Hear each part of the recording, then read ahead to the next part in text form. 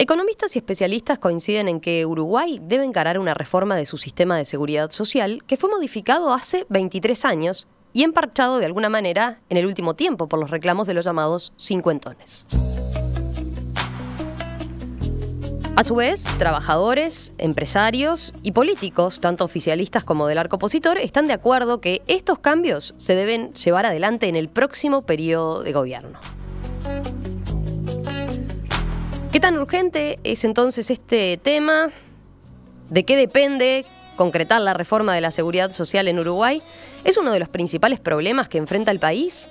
¿Por dónde pueden venir las modificaciones? Bueno, de eso les proponemos conversar en los próximos minutos, esta mañana con dos puntos de vista técnicos y con dos expertos en esta área de seguridad social. Por un lado, Álvaro Forteza, que es doctor en Economía, docente de la Facultad de Ciencias Sociales de la Universidad de la República. ¿Qué tal, Álvaro? Buen día, bienvenido. Buen día, muchas gracias por la invitación. Y por otro lado, Gonzalo Zunino, que también es doctor en Economía e integrante del Observatorio de Seguridad Social del CIMBE, el Centro de Investigaciones Económicas. Gonzalo, ¿qué tal? Bienvenido. Hola. También. Bueno, muchas gracias por la invitación también. Gracias a ti. Bueno, a ver, nosotros lo decíamos más temprano. Vamos a abordar este tema en distintas instancias de cara a lo que es una campaña electoral, pero si miramos lo que son las promesas de los precandidatos presidenciales, estos suelen enfocarse, bueno, en medidas que tienen que ver con seguridad pública, educación, salud, economía. Y sin embargo, en el menú de ofertas no se pone mucho el foco en la reforma de la seguridad social que, por lo visto, parece que tenemos que encarar, ¿no? Así que conviene quizás empezar haciendo una puesta a punto de cómo ven la situación actual. ¿En qué situación nos encontramos hoy en día en materia de seguridad social? ¿Y en qué indicadores, sobre todo, debemos detenernos? ¿Y cuáles son los que nos dan un panorama de cómo estamos en esta materia, ¿no? ¿Gonzalo? Bueno, en general cuando se analiza o se trata de evaluar los sistemas de seguridad social hay diferentes pilares, ¿sí? Lo que más se discute es el tema de su sustentabilidad financiera en el tiempo. Hay otros aspectos que también suelen ser cruciales a la hora de evaluar un sistema, porque un sistema que es muy sostenible pero básicamente no cubre a nadie, claro, también sería un sistema problemático que posiblemente la gente lo quiera reformar, ¿sí? En materia de cobertura nosotros estamos bastante bien, ¿no? Sí, exactamente. O sea, estos pilares fundamentales en general son la cobertura, la suficiencia y la sostenibilidad. También se puede discutir o no temas de equidad, que a veces se incluyen en estos debates de seguridad social, a ver si el sistema está favoreciendo o no la equidad. En el Uruguay, básicamente el tema se centra en sustentabilidad porque en cobertura y en suficiencia parecería haber menos problemas. La cobertura para pasivos es muy amplia, básicamente el 95, más o menos en el orden del 95% de las personas mayores de 65 años tienen algún tipo de pensión, digamos, que les presta el sistema de seguridad social. La cobertura en activos, es decir, la gente que está trabajando, si cotiza o no a alguno de los organismos de seguridad social, es algo más baja, pero también es del orden del 85% los que están en alguno de estos, digamos, cotizando a alguno de estos sistemas. No quiere decir que coticen todos los meses, digamos, porque hay algunos meses donde las personas no cotizan, pero la cobertura es amplia también en el contexto, al menos en el contexto latinoamericano, y entonces uno puede decir, bueno, en cobertura no se está tan mal. En suficiencia, cuando hablamos de suficiencia, es estas prestaciones que se le da a los pasivos, ¿son razonables o no? Bueno, el son razonables o no tiene un término absoluto y un término relativo, ¿sí? En términos relativos, parecería que el tema de suficiencia no es un problema tan grave, porque en Uruguay, por ejemplo, la pobreza en adultos mayores es mínima, ¿sí? La mayoría de las pensiones y jubilaciones, al menos de las jubilaciones, son un monto que está por encima de la línea de pobreza, y las tasas de reemplazo parecen ser razonables, es decir, cuando hablamos de reemplazo, ahí está, expliquemos el término, ¿no? Es con cuánto me jubilo respecto a mi sueldo, ¿no? Respecto a lo que venía cobrando, ¿sí? Pero decimos, la cobertura parece ser relativamente suficiente en el sentido de que al menos cuando uno ve estos temas de pobreza, decimos la población mayor de 65 años es la que menos está afectada y en gran parte es por este sistema de seguridad social que los cubre, ¿sí? Esto no quiere decir que los mayores de 65 sean todos ricos, digamos. Estar por encima de la línea de pobreza no necesariamente en términos absolutos implica un gran nivel de ingresos, pero decimos, en términos de suficiencia, parecería que no es el gran problema del Uruguay. ¿Cuál es el tema? Que con estos niveles de cobertura y suficiencia aceptables, la sostenibilidad parece estar cuestionada. Parece no. En el fondo, el déficit actual de seguridad social es bastante amplio, sobre todo digamos, en BPS-AFAP y en el servicio de retiros militares. ¿Sí? En BPS-AFAP para 2018 digamos, el sistema mixto que incluye BPS, AFAPs y aseguradoras. En este núcleo digamos, del sistema de seguridad social, el déficit en este año parecería estar en torno de 1.1, 1.2 puntos del PBI. También está más o menos en el entorno del PBI, de 1 punto del PBI el déficit para el sistema de retiros militares, con lo cual ya tenemos más de 2 puntos de este déficit fiscal agregado que tiene el Uruguay, que surge del sistema de seguridad social. O sea, si entiendo bien, podemos decir que este 4,5% que tenemos de déficit fiscal hoy en día,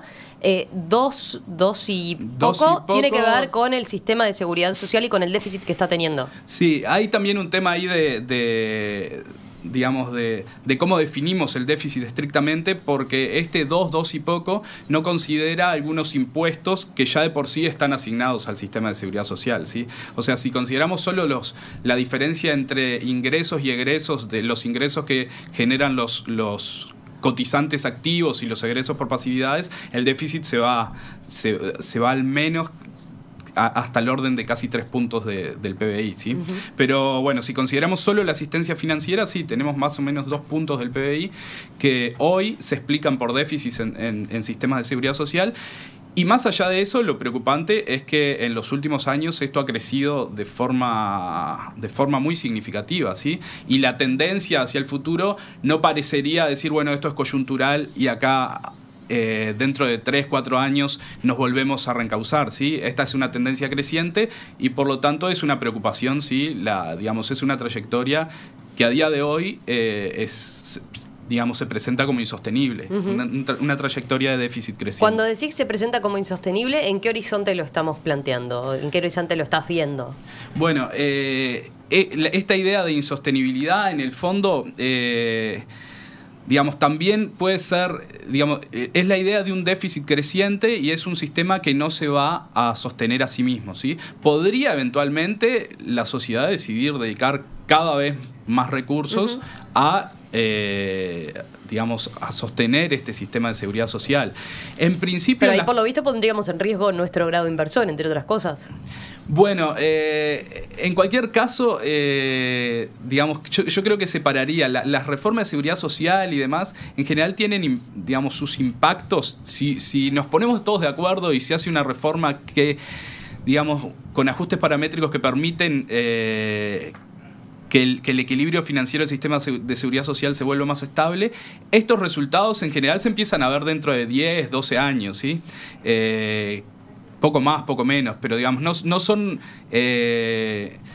resultados de efecto inmediato, ¿sí? Entonces, la discusión del grado inversor o no, creo que es más atendiendo a la coyuntura. Aunque vayamos en el camino correcto de reformar el sistema de seguridad social,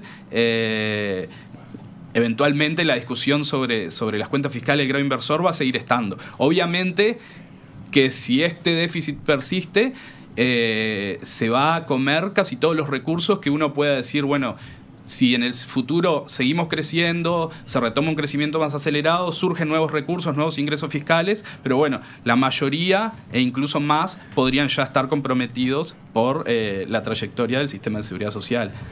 Álvaro, en tu caso, ¿cómo ves el diagnóstico y el punto en el que estamos en materia de sustentabilidad de la seguridad social? Veía unas declaraciones tuyas relativamente recientes que hacían hincapié en que, por ejemplo, para tener una idea, ¿no? Pese a que en los últimos años atrás, ahora hay un deterioro del mercado de trabajo, pero estoy pensando hasta 2014 más o menos, el mercado de trabajo venía creciendo considerablemente, el nivel de formalismo venía creciendo y eso significaba más ingresos en materia de seguridad social, porque había más trabajadores aportando y demás. Bueno, eso igual, esa mejora no alcanzó para nada para contrarrestar de alguna manera los mayores gastos que tenemos por otros lados, ¿no? Sí, bueno, antes que nada yo quisiera decir que comparto básicamente el diagnóstico que hacía Gonzalo en cuanto a que hoy en día volvemos a centrarnos en el tema de sustentabilidad del sistema, lamentablemente. Es probablemente el problema fundamental. No es el único, pero el problema ¿Por qué decir lamentablemente? Porque tendríamos que estar ya analizando otro de estos pilares que fueran por el lado de la redistribución, por el lado de la equidad. Sí, no es muy deseable que uno empiece a analizar, a preocuparse por la seguridad social cuando está con problemas de sustentabilidad, ¿no? Es decir, que la motivación para dedicarse y prestar atención debería ser otra. Además, cuando llegamos a esa preocupación es porque ya está teniendo efectos, ¿no? Estamos llegando tarde. Sobre todo por esta cuestión de que justamente los cambios tardan mucho en hacer efecto. Entonces, habría que ir haciendo cambios mucho más seguido, ¿no? Es que cada 20 años cuando entramos en crisis ajustamos. No debería ser así. En la práctica nos ocurre. Entonces, por eso lo de lamentablemente. Comparto que bueno, el tema de sustentabilidad entonces es nuevamente un tema, que los ajustes que se hagan hoy van a tardar en tener efecto. Aún así, en cuanto al efecto que esto puede tener específicamente sobre el grado inversor, no estoy tan seguro que haya que decir, bueno, no va a tener mucho efecto porque esto va a impactar en el déficit corriente recién dentro de 10 o 15 años.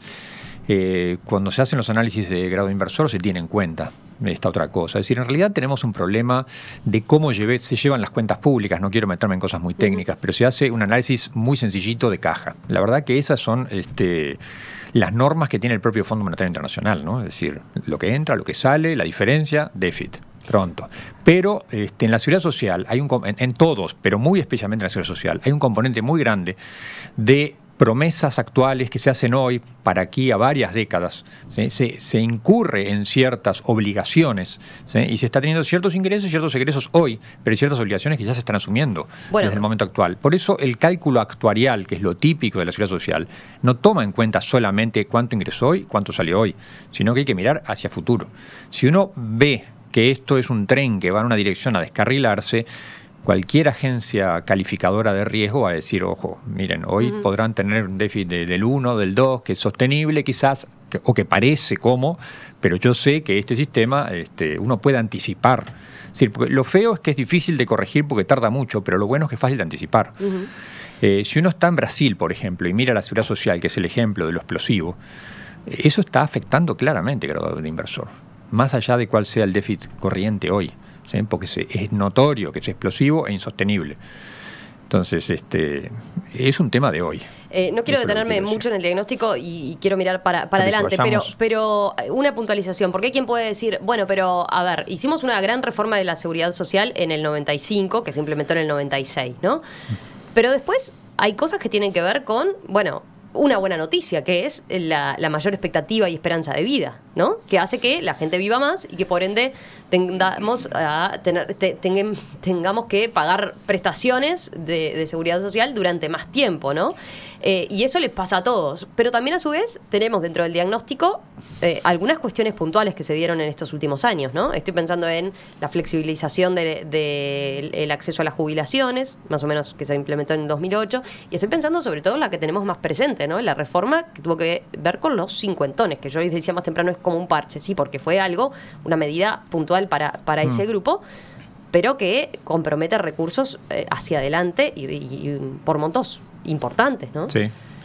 No, a ver, yo creo que debe entenderse que la seguridad social necesita ajustes permanentes, entre otras cosas por esto de que los parámetros demográficos van cambiando. Si la gente vive más, la seguridad social debe adaptarse. No es lo único, pero es un factor importante. Y nos cuesta hacer esos cambios, nos cuesta, son políticamente desagradables. Uruguay tardó 20 años en cambiar sus tablas de mortalidad, por ejemplo. Parece una cuestión técnica menor, pero no lo es muy importante a la hora de determinar beneficios.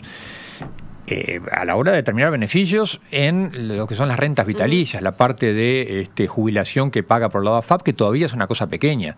Pero lo mismo afecta, más allá de que no lo tengamos en cuenta directamente, los beneficios que salen del BPS, del pilar de reparto. ¿Cuánto se puede pagar? Depende, obviamente, que de la esperanza de vida, de las tablas de mortalidad.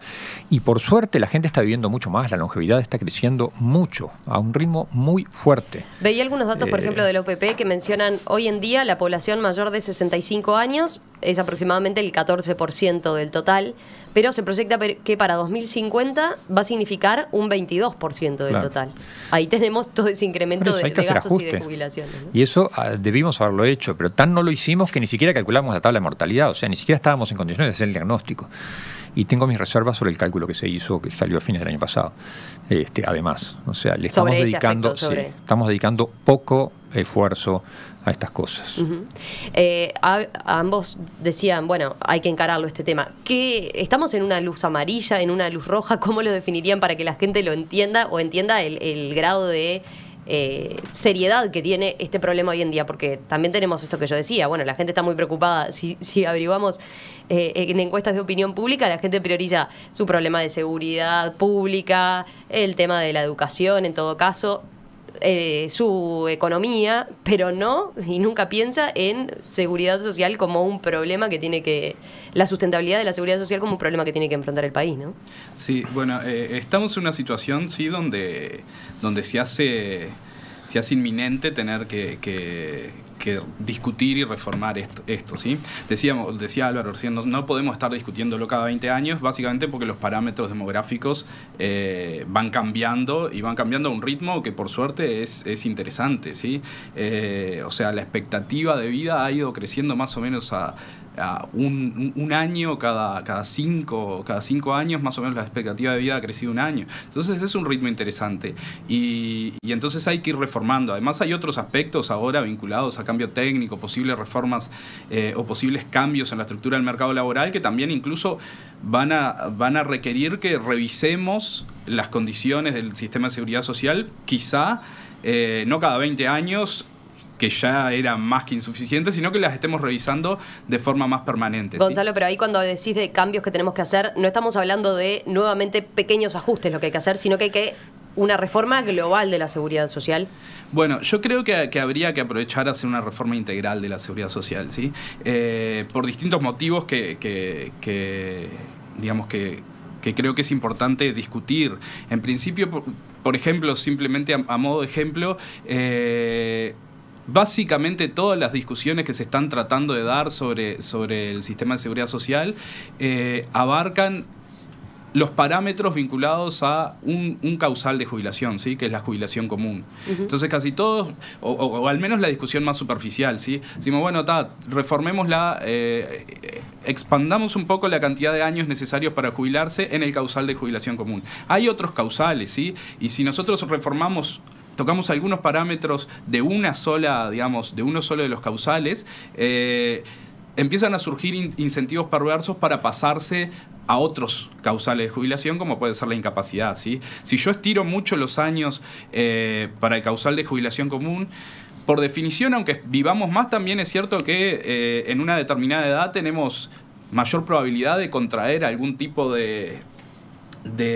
enfermedad o de problema de salud que termine llevando a que algún médico nos certifique de que tenemos problemas para seguir trabajando, ¿sí? Entonces, enfocarse en un solo causal podría generar incentivos perversos a que terminemos pasándonos a otro causal que encima, no lo digo de una forma mala, porque en el fondo podría ser razonable que las personas con incapacidad tuvieran necesidades de mayor ingreso, pero en nuestro país esta otra causal, por ejemplo, tiene una tasa de reemplazo mayor. Entonces el incentivo tiende a ser más perverso, ¿sí? Tenemos que hacer una reforma que trate de ver los parámetros no solo de una causal, una reforma integral de todas las prestaciones que brinda el sistema de seguridad social, tratando de discutir este tema de incentivos perversos que se podrían generar o no entre las distintas causales, y también porque no podríamos empezar a discutir el tema de hoy el sistema de seguridad social tiene un fraccionamiento que en parte es originado,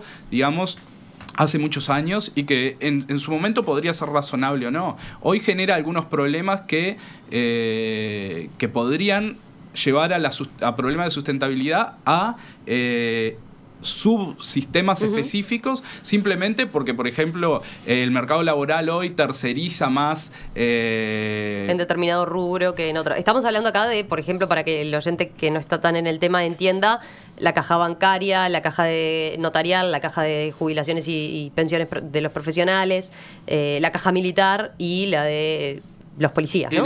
Y la policial. Por ejemplo, en la caja bancaria es más, digamos, ocupaciones que antes se asumían típicamente del sector bancario. Hoy de repente el sector bancario contrata un montón de servicios, pero los subcontrata a otros, digamos, a trabajadores que están cotizando a otros subsistemas, ¿sí? En el fondo eso no sería un problema en sí, pero podría generar problemas específicos en un subsistema concreto, ¿sí? Las barreras que definen cada uno de los subsistemas hoy son más difusas que antes. Entonces, cuando se encara un tipo de reforma, yo creo que si justamente se generan consensos para encarar reforma, pensaría de que lo deseable sería que fuera una reforma integral, que discuta, digamos, todos los parámetros, no, como decíamos, en la discusión más superficial se centra en alguno de los causales, que discuta todos los causales, todas las prestaciones, y por qué no también esto de los límites difusos y algunas otras posibles consecuencias del cambio técnico y sus efectos sobre el mercado laboral. Álvaro, sobre este aspecto, antes de entrar en detalles más finos de por dónde tienen que venir los cambios. No, estoy básicamente de acuerdo. A mí me gusta distinguir 3 niveles en esto. Uno es el de lo que se suele llamar reforma paramétrica, los cambios de parámetros. Es decir, para que la gente entienda fácilmente, se discute cosas desagradables ahí siempre, como la edad mínima de jubilación, como la tasa de reemplazo, es decir, qué porcentaje de los salarios uno va a recibir como jubilación, en fin, ese tipo de cosas. Eso es como el mínimo de mínimos que hay que considerar en este momento. Después, creo que también hay otro nivel que yo preferiría que en Uruguay se considerara, que es lo que algunos llaman el diseño arquitectónico, las grandes líneas del diseño de los programas, ¿sí?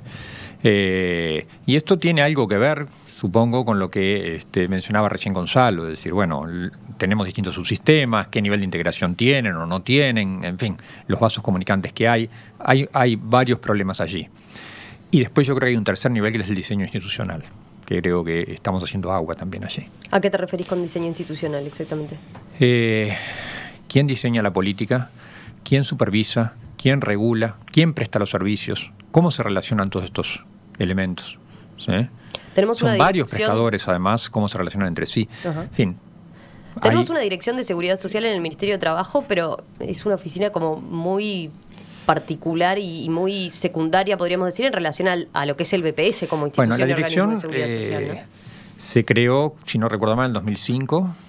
Fue por ahí en ese periodo, exactamente la fecha no lo recuerdo, pero creo que fue una buena medida, pero es impresionante que hasta ese momento ni siquiera existiera una dirección de seguridad social. Eso ya nos da una pauta, ¿sí? Había un Ministerio de Trabajo y Seguridad Social, pero no había ni siquiera una dirección de seguridad social. O sea, no estaba en el radar, no estaba en la agenda claramente, institucionalmente planteado el tema.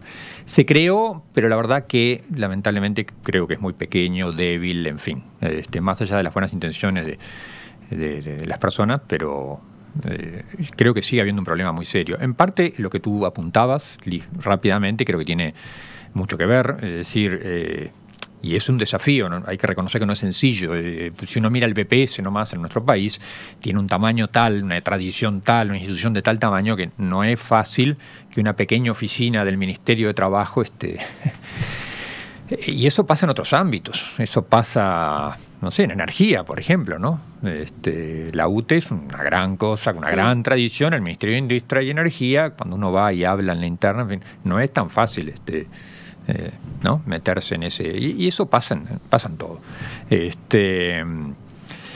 Pero bueno, más allá de eso, es clarísimo para mí que debería haber un gran capítulo que tenemos que considerar. Hay varios problemas de carácter institucional que para mi gusto están por detrás de algunos de los síntomas más evidentes. Nos pasamos 20 años sin ajustar la tabla de mortalidad, es increíble.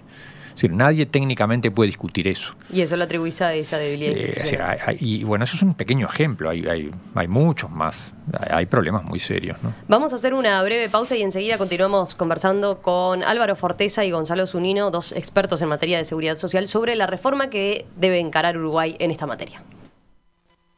Especialistas y políticos están de acuerdo en que en el próximo periodo de gobierno se deberá encarar una reforma de la seguridad social por su déficit creciente.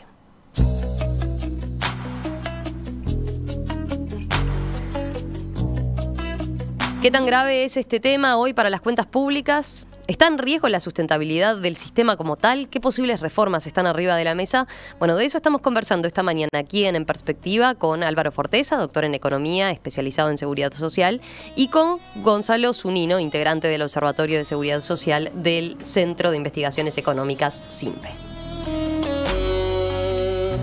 Hablábamos recién de las grandes líneas, ¿no? De por dónde deben venir las grandes reformas o los aspectos a tener en cuenta en una posible reforma. Pero yo les pregunto, quizás mirando por el lado de los futuros jubilados y los oyentes.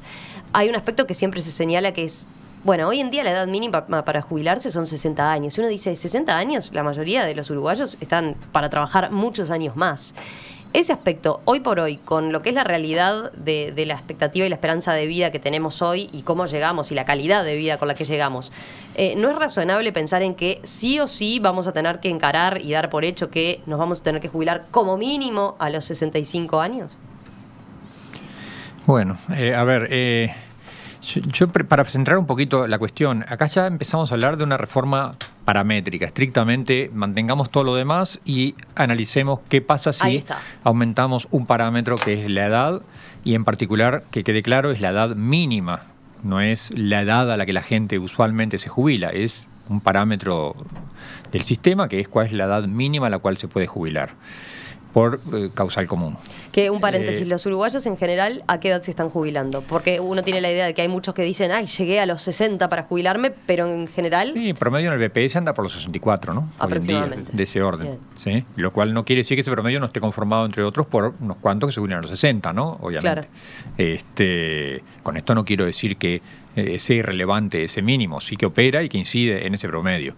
Yo, sin embargo, digo... Primero, la cuestión que decíamos de que yo preferiría un análisis más global, pero bueno, no hay que negarse a la discusión específica, porque es muy probable además que haya que dar esa discusión en esos términos, más simplemente de reformas de algunos parámetros, y no se puede hacer algo más de fondo. Yo recordaría que... Pero incluso haciéndolo de fondo, ¿no? Es un aspecto que dentro de una reforma de fondo que va a haber que mirar. Sí, por supuesto, pero lo que pasa es que los efectos que eso tiene y el sentido que tiene depende mucho de en qué contexto, de qué otras cosas se hagan. Entonces, hay que ver. Yo lo que sí me gusta recordar es que si el sistema le pidiera a la gente, a la mayor parte de la gente, contribuciones similares a los beneficios esperados, ¿sí? Teniendo en cuenta la longevidad, en fin, del país o de la población afectada en particular, la fecha exacta a la que la persona se jubila no tendría que ser tan importante desde el punto de vista de la sostenibilidad. Es decir, la persona que se jubilaría antes estaría recibiendo menos, contribuye menos y va a esperar recibir jubilaciones por más tiempo, por lo tanto la jubilación tiene que caer. Eso sí, entonces si uno acepta una jubilación más temprana, tiene que estar dispuesto a aceptar una jubilación sensiblemente menor. Hoy sí es sensiblemente menor. Ajá. Es decir, en esas edades, cuando uno está entre 60 y 65, cambiar la edad de jubilación afecta muchísimo lo que es la jubilación actuarialmente justa, la que uno puede pagar realmente, autofinanciar con las contribuciones que hizo. Hoy se está pagando demasiado. Es probable. Bueno, es otra manera de decir que el sistema no es sostenible. Es decir, si no es sostenible, ¿por qué? Porque estamos haciendo promesas de pagos que después no podemos sostener. Eso es lo insostenible, simplemente.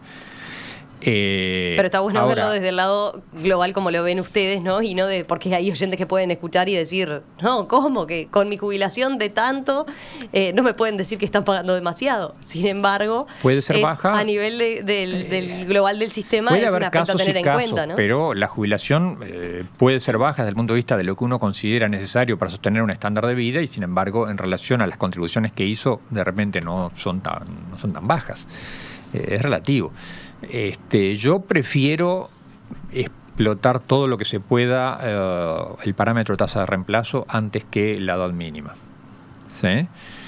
Obviamente que esto tiene limitaciones. Es decir, si yo reduzco la jubilación inicial de las personas que dicen, no, yo quiero seguir jubilándome a los 60, edades que son relativamente jóvenes para lo que son los estándares poblacionales, demográficos de hoy en día, si yo acepto eso, voy a tener una baja considerable de esa jubilación, de la jubilación inicial a esas edades. Para gente de ingresos altos, a mí eso no me preocupa, en lo más mínimo, y creo que deberíamos aceptarlo. El problema podría estar en sectores de ingresos medios, y ni que hablar que bajos, que en esas condiciones podrían rápidamente caer hasta la jubilación mínima. Y ahí sí que ya empieza a ser algo totalmente subsidiado. Además de que la jubilación mínima es muy baja, es algo que requiere subsidio. Entonces ahí sí ya afecta la sostenibilidad. ¿Sí? Pero para los niveles ya un poco más altos, a mí ese tema no me preocupa. Además hay una diversidad de situaciones. Hay gente que sí requiere jubilarse antes, a veces por los avatares del mercado laboral. Si pensamos justamente en sectores de altos ingresos que hacen carreras que muchas veces se cortan a los 50 y pico de años, simplemente porque la empresa ya no quiere contar con esta persona que sale carísima y contrata a un joven que le sale más barato. Si es una persona de altos ingresos debería poder sustentar. Esa gente quizás se termine retirando tempranamente con una jubilación que le va a dar una tasa de reemplazo, o sea, un porcentaje de reemplazo de su ingreso que va a ser muy bajo. Ya de hecho lo es hoy con el sistema mixto, está pensado de esa manera. Es muy bajo para los sectores de altos ingresos. Pero no es un tema que me preocupe demasiado. Yo pienso que va a haber que ajustar más, insisto, el tema de las tasas de reemplazo. Obviamente, cuando la persona llega a niveles que inmediatamente chocan contra la jubilación mínima, quizás ahí implícitamente uno puede decir, no te podés jubilar. Es lo que se hace, por ejemplo, en el sistema chileno, que es un sistema de ahorro individual donde no se le permite jubilarse antes de que se alcance cierta jubilación autofinanciada. Gonzalo, en tu caso, ¿dónde pones el foco? ¿Por dónde hay que ajustar más las clavijas, digamos, dentro de esa reforma? ¿La edad de jubilación o lo que se va a cobrar en esa jubilación? Bueno, en el fondo comparto, digamos, mucho de lo que dice Álvaro, de que como manifestaba hoy, yo creo que a la hora de pensar la reforma hay que pensar una reforma que minimice incentivos perversos y yo diría también una reforma que transparente subsidios que existen, ¿sí? La idea, nosotros no quiero aventurarme porque estamos trabajando pero no tenemos un número, ¿sí? Nosotros pensamos que sí, que probablemente las jubilaciones hoy, en general, en promedio, puede haber casos excepcionales, pero, digamos, no son actuarialmente neutras en el sentido de que la gente no termina recibiendo en su etapa pasiva, digamos, un monto equivalente a lo que contribuyó en su etapa activa, más las tasas de rendimiento, digamos, razonables que se le puedan exigir, ¿sí? Yo creo que hay un subsidio en cada una de las jubilaciones, hay una transferencia que, digamos, parte, esto mucha gente después se puede enojar porque en general la gente dice, bueno, yo cobro esto porque trabajé 30 años o porque trabajé 25 años y 40, los que sea, y entonces me lo merezco. Bueno, yo creo que hay que tratar de aprovechar la instancia para, digamos, generar indicadores, generar, digamos, una buena base de datos que además sea transparente para saber si las jubilaciones son realmente, tienen o no incluida una transferencia, porque en muchos casos, como decía Álvaro recién, capaz que gente en sectores de muy bajos ingresos, digamos, si tuviera una pensión, una jubilación, digamos, que realmente reflejara o que fuera fruto de lo que ellos aportaron, termina siendo insuficiente en términos de esta suficiencia que decíamos hoy, digamos, que no le permite tener un nivel de vida digno. Y ahí capaz que es necesario o es deseable hacer una transferencia. Más allá de lo que tú aportaste, te podemos subsidiar un X% para que llegues a un monto que se considera razonable. Ahí estás poniendo sobre la mesa un tema, ambos lo hicieron, ¿no? Un tema que quedó de manifiesto en la discusión con los cincuentones, ¿no? Estábamos haciendo un subsidio a generaciones o a jubilados de los del poder adquisitivo más alto, ¿no? Y eso como tal, desde el punto de vista de equidad, no sé si se discutió tanto en el debate.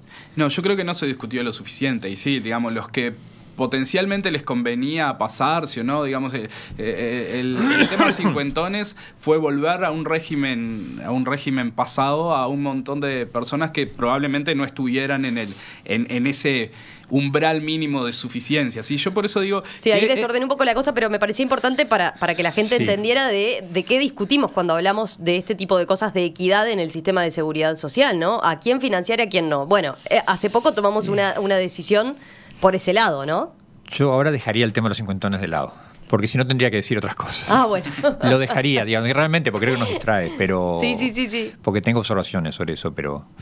Pero bueno, sí, o sea, yo diría, tenemos que buscar, porque una jubilación que esté pensada como actuarialmente neutra tiene menos incentivos perversos, a decir, yo me jubilo temprano para, digamos, porque me conviene en términos de plata, ¿sí? Puede incentivar o no a que te jubiles más tarde, pero al menos si te jubilás antes, sabes, digamos, no estás poniendo o tensionando el equilibrio financiero del sistema de seguridad social. Pero no me parece mal que haya subsidios en determinados casos, pero creo que hay que transparentarlo, ¿sí? Creo que hoy todavía tenemos unas cuentas ahí donde se mezclan muchas cosas, no sabemos cuánto es actuarialmente justo, no sabemos cuánto es subsidio, no sabemos sobre quién recaen los subsidios. Creo que es deseable que haya subsidios, pero que tienen que estar transparentes. Nos queda mucho para trabajar, al menos a nosotros en el observatorio, para comprender bien esto y poder plantear una reforma en el sentido de que sea neutra desde el punto de vista actuarial, con subsidios, pero que sepamos bien dónde recaen esos subsidios. ¿Sí? Otra, sí. Rosita, sobre esto, yo creo que ahí ya nos vamos a reformas estructurales, ¿no? Es decir, para eso hay que cambiar el sistema. Yo estoy totalmente de acuerdo que habría que buscarlo. Pero eso es un problema intrínseco del sistema de reparto de beneficios definidos que tenemos en Uruguay. Es decir, es opaco y hace transferencias en direcciones que tienen poco que ver con aliviar pobreza en tercera edad.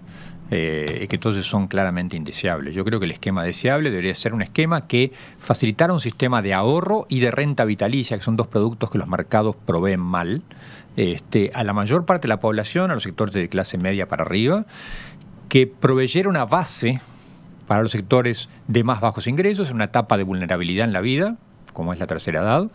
Esta última yo lo financiaría esencialmente con impuestos, cuestiones no contributivas, o sea, no con impuestos al trabajo. Eso les iba a preguntar también, el tema de impositivo, ¿no? Vinculado a la seguridad social. Sí, ese es otro bueno, parámetro hoy en día que... ya se gasta, ya hay muchos impuestos dedicados. Yo creo que la parte esta de lo que es realmente subsidio para problemas de pobreza en tercera edad tiene que ser financiado de esa manera, es deseable, mucho más que con contribuciones de seguridad social, que son impuestos al trabajo, en definitiva, y que no es deseable utilizarlos para financiar ese tipo de cosas. Entonces, hay que buscar un sistema que dé más equidad actuarial para la mayor parte de los casos que no tienen estas dificultades, y entonces sí poder focalizarnos en los casos de dificultades. Nos queda poco tiempo, tenemos que ir redondeando, pero me gustaría preguntarles un aspecto más. Yo, fuera de micrófono, les decía, bueno, lo que deberíamos encarar ahora en el próximo periodo de gobierno, que después veremos cómo o qué tan difícil es eso, porque ahora en las propuestas, en las primeras propuestas que se están negociando, no hay medidas concretas, no aparecen medidas concretas. Evidentemente el tema es muy complejo, como ustedes lo estaban dejando planteado, pero mi duda es, esto de lo que estamos hablando es con la realidad del mercado de trabajo más o menos como lo conocemos hoy, más o menos hoy en día. Tenemos otro desafío para mirar hacia adelante, que es la robotización, la automatización, la pérdida, por un lado, de puestos de trabajo y quizás que se incorporen a otros rubros de actividad, pero también hasta con otras relaciones de dependencia o no de lo que son las empresas, ¿no? Entonces, esta reforma de seguridad social que debemos encarar ahora tiene que ser un paso intermedio y después podremos encarar algo con vistas a el futuro del trabajo, más a lo que van a ser los trabajadores que se tengan que jubilar, no sé, en 2060, 70. Bueno, sobre el cambio tecnológico, digo, hay impactos que ya se están, en el sistema viendo. de seguridad social se ven ya. Digamos, cuando uno piensa cambio tecnológico, lo primero que piensa es en desempleo tecnológico, ¿sí? Desde que empezó a escribir, digamos, los autores clásicos pensaban en esa idea de desempleo tecnológico, de vienen los robots y nos dejan sin trabajo, y entonces ahí, al menos desde el punto de vista, digamos, a corto plazo, eso sería un problema gravísimo, porque en sistemas de reparto la mayor parte de los ingresos provienen de los activos, y si no tenemos activos cotizando, no, digamos, tendríamos una pérdida grande de ingresos y tendríamos que seguir pagando pasividades. Desempleo tecnológico todavía no se observa en la mayoría de los países del mundo a nivel agregado, ¿sí? Lo que hay son transformaciones fuertes en la estructura, digamos, de las ocupaciones, ¿sí? Hay ocupaciones que han perdido peso relativo. Esto pasa en el mundo, pero también hay evidencia de que pasa en Uruguay, ¿sí? Hay ocupaciones que en general son, digamos, intensivas en tareas más rutinarias, más fáciles de codificar, más fáciles de que las realice un robot, una máquina. Que son las que van perdiendo importancia relativa en el mercado laboral, y hay otras que van ganando espacio, compensando en parte lo que pierden las anteriores, ¿sí? O sea, no hay una destrucción neta de empleos. Yo personalmente creo que esta última caída del empleo que se ve desde 2014 es más bien cíclica y no tiene nada que ver con estas tendencias de largo plazo, digamos, que podemos estar discutiendo vinculadas al cambio tecnológico, pero sí hay cambios de composición internos. Bueno, ahí puede poner en desafío esto de que decíamos las estructuras de los... Si bien no hay una destrucción neta, claro, puede haber destrucciones que afecten más a algunos de los subsistemas y a otros no. Y entonces en el sistema de seguridad social en su conjunto no genera tantos problemas, pero tal como está diseñado hoy puede generar problemas específicos, ¿sí? Ese sería una de las cosas que ya podrían estar atentando, digamos, contraparte del sistema. Nosotros tenemos estimado que, digamos, la exposición al riesgo de robotización es mucho más grave en algunas partes del subsistema que en otros, ¿sí? Y otro tema del cambio técnico que ya en parte se observa es que en general el cambio técnico lleva a que los trabajadores tengan una depreciación más rápida de sus habilidades, ¿sí? Y entonces esto, cuando hoy se discute el tema de la edad de retiro, por ejemplo, hay muchas empresas que desde el punto de vista digamos, individual, y si lo consideran desde su propia racionalidad, están dispuestas a despedir trabajadores, a incentivar el retiro de trabajadores de mayor edad y sustituirlos por más jóvenes. ¿Por qué? Porque en general la gente de mayor edad decimos, con esto del cambio tecnológico, tiene una depreciación más rápida de sus habilidades adquiridas y tiene una mayor reticencia, si se quiere, a adquirir las nuevas habilidades, ¿sí? Si yo ya estoy medio próximo a la edad de retiro, tengo menos incentivos a ponerme a trabajar en muchas de las nuevas habilidades requeridas, ¿sí?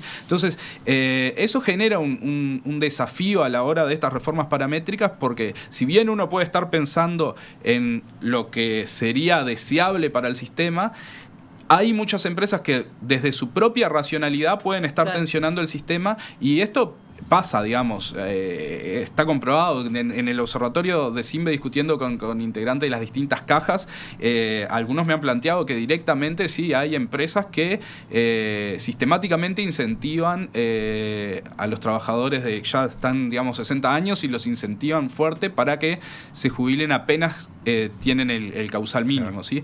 Entonces el cambio tecnológico tiene ese problema de que, bueno, o sea, digamos me deprecia más rápidamente las habilidades. Ya hay que empezar a contemplarlo en lo que sería la próxima reforma de la seguridad social.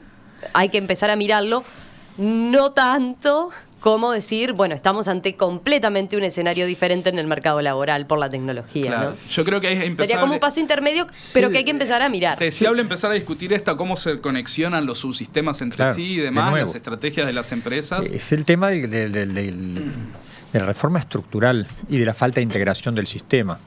Y además, con un detalle más, ya que acá se estaba haciendo tanta énfasis ahora en algunas paraestatales que podrían enfrentar problemas, yo creo que hablábamos de la equidad actuarial, del hecho de que lo que uno contribuye esté relacionado a lo que uno va a recibir, con la excepción insisto, de los sectores de muy bajos ingresos, que creo que estamos casi todos de acuerdo en que hay que dar un apoyo. El ideal es darlo en la primera etapa de la vida, no recién cuando llega a viejo, ¿no? Pero es cierto que en la tercera edad se agrega el elemento de vulnerabilidad que ya está en la primera etapa, se hace menor la vulnerabilidad en las etapas de activo y vuelve a aparecer en la tercera etapa. Entonces es razonable dar algún subsidio, algún apoyo en la tercera edad, más allá de que el fuerte debería estar en la primera infancia. Eso creo que también deberíamos estar todos de acuerdo. Pero entonces, para quienes no están en eso, básicamente buscamos una cierta proporcionalidad. Eso nos ayuda también en este punto, porque un problema que hoy en día vemos es que algunos de estos colectivos más pequeños, con algunos pocos miles de afiliados, no están capitalizados o están muy parcialmente capitalizados. Es decir, para resolver la manera más segura de no tener un problema de sostenibilidad, no es que dé una garantía absoluta, pero la manera más saludable de no tener un problema de sostenibilidad en un sistema especialmente pequeño es tener una capitalización importante. Yo, la verdad es que en sistemas de pocos miles de afiliados exigiría capitalización del 100%. Nada de reparto. El ejemplo más extremo que tuvimos en Uruguay, pero lo he visto en otros lados, abundan, relativamente reciente, es el de la caja bancaria. Es natural, después de la crisis del 2002, el sistema cae a la mitad, grosso modo, ¿no? Estoy diciendo sí, los grandes números. Obviamente la caja quiebra, el sistema bancario, ¿no? Se reduce enormemente. Obviamente que la caja quiebra y eso significó un costo enorme para todas las partes involucradas, también para el Estado. Fue una socialización de pérdidas de sectores de altísimos ingresos. No digo que los jubilados bancarios no hayan pagado, sí pagaron, los activos pagaron, los bancos pagaron todos, pero también pagó el contribuyente uruguayo para subsidiar un subsistema de altos ingresos que, bueno, simplemente no tenía la capitalización suficiente, porque si yo tengo el 100% capitalizado, a menos que haya una crisis en la bolsa, en fin, en las inversiones que yo tengo, el hecho de que se me reduzca el número de afiliados no tiene por qué, no afecta nada. Es perfectamente resistente a eso. Porque cada uno tiene su respaldo atrás. Porque está el respaldo. Claro. Obviamente, hay un cierto riesgo manejar el portafolio adecuadamente, en fin, trae otra serie de cosas. Pero eso, en principio, diversificando adecuadamente, es manejable. Ahora, un sistema de reparto basado en unos pocos miles de individuos, donde la posibilidad de shocks sistémicos, es decir, shocks que afecten a todos a la vez en la misma dirección, como es, si yo soy bancario, la caída del sistema de bancos, eso es un shock sistémico para el cual ese sistema no está preparado para responder, no puede, si está basado en reparto. Álvaro Forteza, Gonzalo Zunino, ambos especialistas expertos en seguridad social. Un gusto, muchísimas gracias. Nos queda mucho por conversar, seguramente los convoquemos más adelante también, a medida que se empiece a discutir de vuelta y haya medidas y cosas a debate, por lo menos más concretas en lo que va a ser este año de campaña electoral y seguramente después el año que viene también en el primer año del nuevo gobierno. Gracias. Bueno, muchas gracias por la invitación, gusto. Gracias a ustedes. Gracias.